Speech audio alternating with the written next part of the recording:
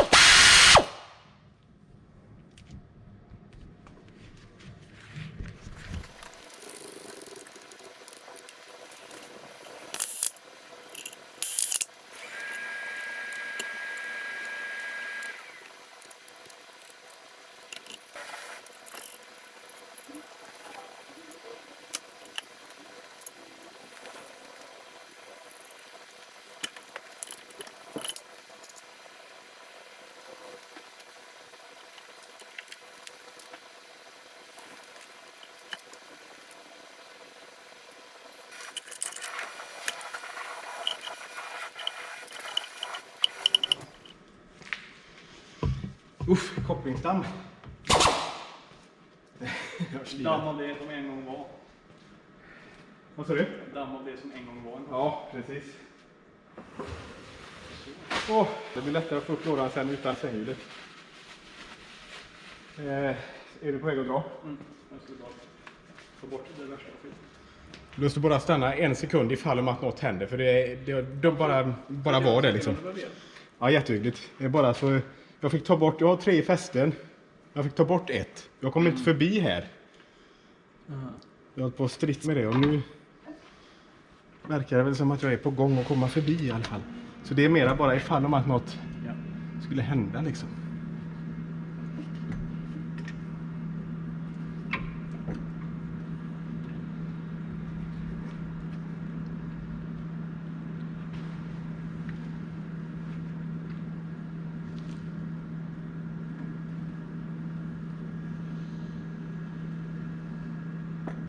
Det ser allt ut och...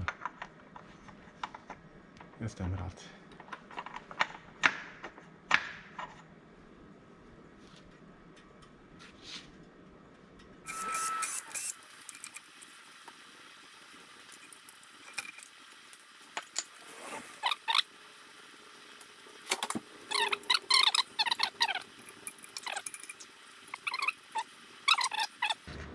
So it sits perfect on the shaft and no play so far.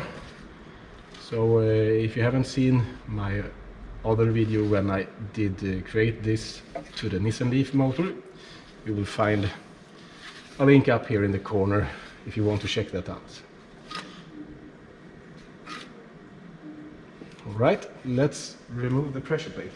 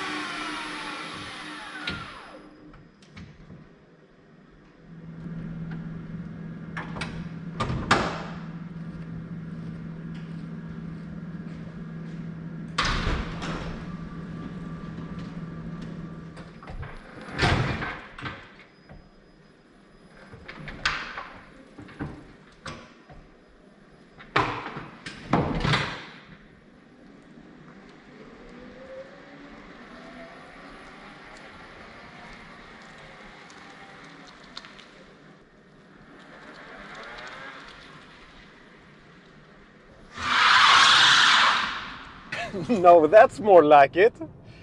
No, it's not the clutch that are slipping, at least.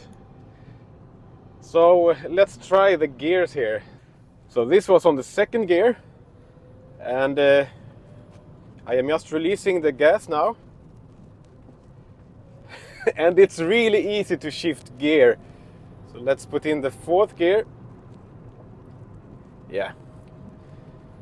So I still can use the gearbox, and that's just fantastic, because I had some plans to do some consumptions test between the standard gear ratio on the second gear and then go up to the fourth gear and try to see if we have any difference in consumption, but that will be in another video, of course. So let's try to go down to the second gear again from the fourth gear here.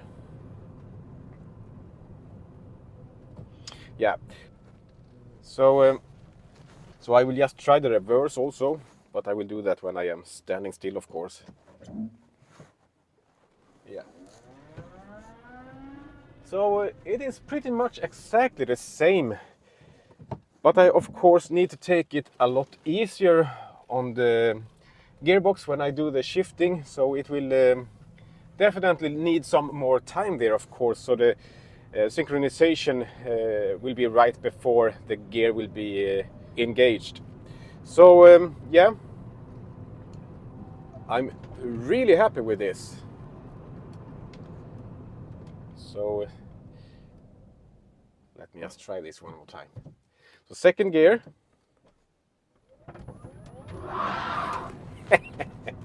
Yeah, it's a lot of power in it. So yeah, it will be fun to see how it will be with the other inverter. Of course, I will not need that power in this low speed, but it definitely will be more fun when you're up in, say, around 80 kilometers per hour or something, because then you really could need the extra power there. All right, I am super happy with this. The motor runs much smoother. I don't have to have that mass on that shaft, and it's also more durable now, I think, because I had some small vibrations there earlier, and I think that that little shaft from the Nissan Leaf motor probably will break after in the long term there. So now I feel much more confident that this will work out in the long term. So yeah, I will leave it as it is for now and keep on running it for this summer.